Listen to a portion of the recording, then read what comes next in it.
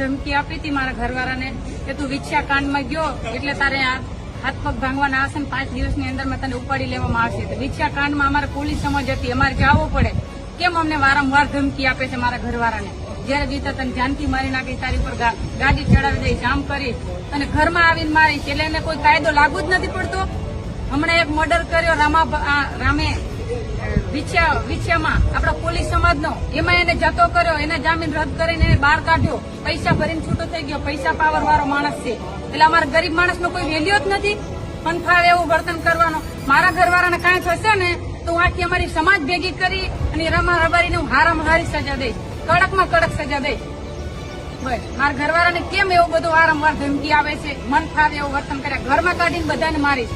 એટલું બધું કેમ પાવર આવી ગયું એને? અને એ રામાને કોઈ પોલીસનો ખોફ ડર નથી. એમ કે છે કે એક એફઆર ફાટી ગઈ છે, બીજી ફાટી જાય ને તો મારે કાંઈ ફેર પડે એવું નથી. એમાં 20 લાખ ભરીને નીકળ્યો છો અને તારા 5 લાખ પગાડવા પડે ને તો મારે કાંઈ ફેર જ નથી પડવાનો.